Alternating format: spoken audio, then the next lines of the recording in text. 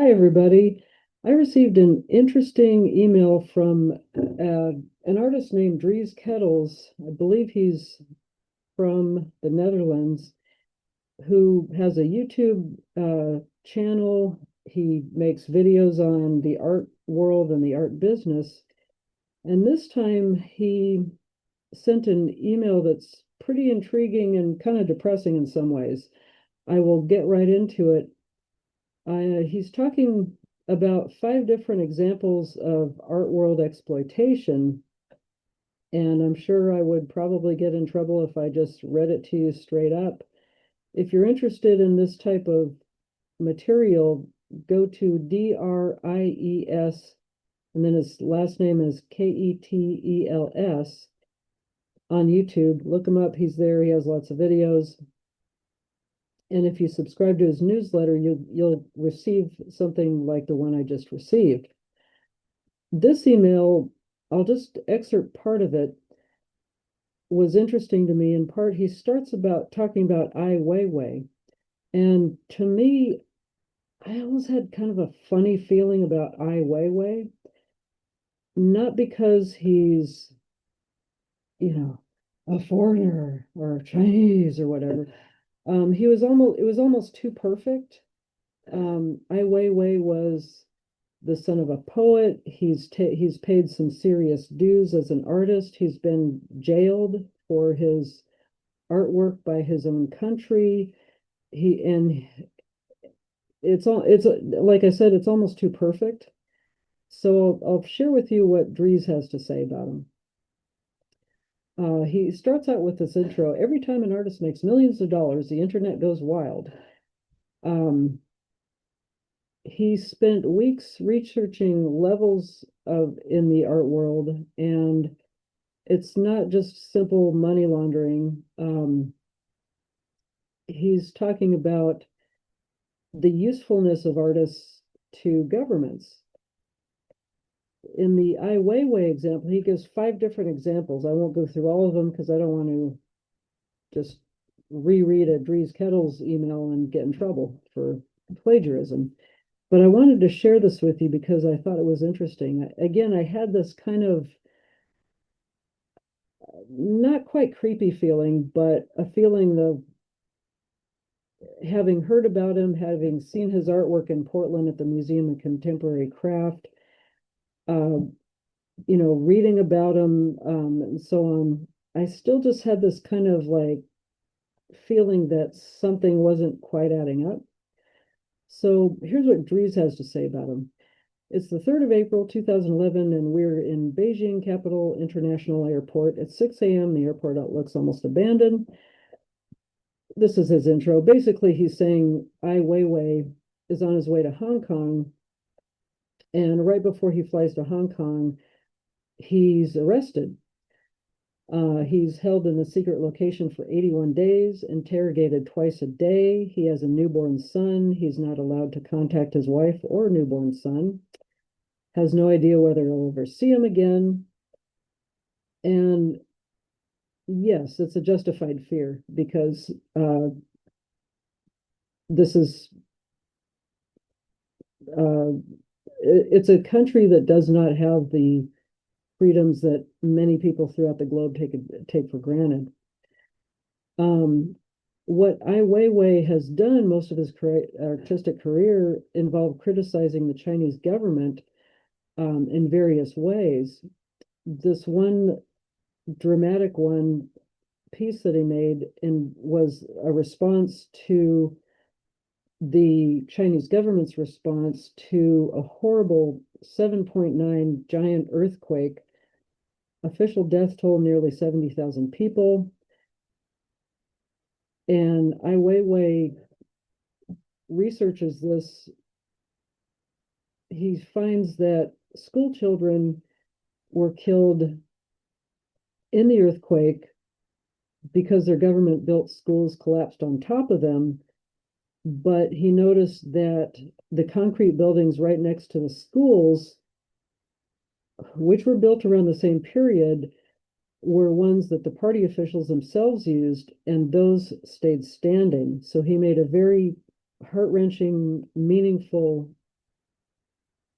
art piece on to basically throw that in the face of the Chinese government in front of the whole world and say this is wrong. We love that, don't we? We are free, we're artists, we're free people. We have the right to critique our government, don't we? We hope. Even if even no matter what country in the world you live in, you want to be able to do this.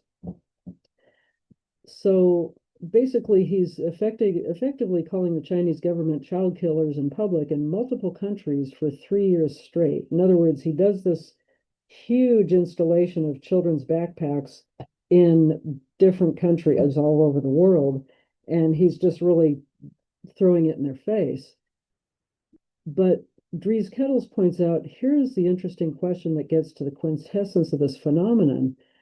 In the year 2020, a Chinese real estate billionaire named Ren Jiqiang, a man with deep ties to the Communist Party and a man whose father was a senior government official, writes one essay.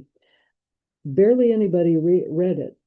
In it, he refers to Xi Jinping as, quote, a clown, end quote. That is it. The result, he is sentenced to 18 years in prison. Now, Dries Ketels asks, how is it possible that a billionaire with many connections in the government party gets 18 years for one word, while Ai Weiwei is getting away with decades of government slander? The backpack piece was not his only critique of the Chinese government. Well, he's saying that the answer to this question will shock you more than anything. When Ai Weiwei was taken in by the Chinese government on the other side of the globe, within hours of his disappearance, the US State Department issues a statement. The foreign ministers of the UK, France, and Germany personally intervened. The directors of the Guggenheim, MoMA, LACMA, and the Tate Gallery signed a coordinated public petition demanding his release. Every major cultural institution in the West instantly rallies against the Chinese government. A Smithsonian retrospective is scheduled as if everyone already knows that he's going to be released soon. By the time Ai Weiwei is released, he, excuse me, he's on the cover of every major magazine in the Western world. Within months, he's transformed from a Chinese conceptual artist into a global symbol of resistance. And so the question on everyone's mind is left unanswered. Why is the entire Western foreign policy apparatus mobilized for him within hours when while thousands of other Chinese artists, Tibetan monks, Uyghur intellectuals, and billionaires get detained every year and oftentimes killed with total silence from those very same Western governments? I'll leave it at that. If that interests you, look up Dries Ketels, get on his mailing list. I mean, this isn't a promo for him. I just was so intrigued by it, and also honestly intrigued by the fact that I'd already had these kind of odd feelings about the guy, like it was almost too perfect, his whole art trajectory.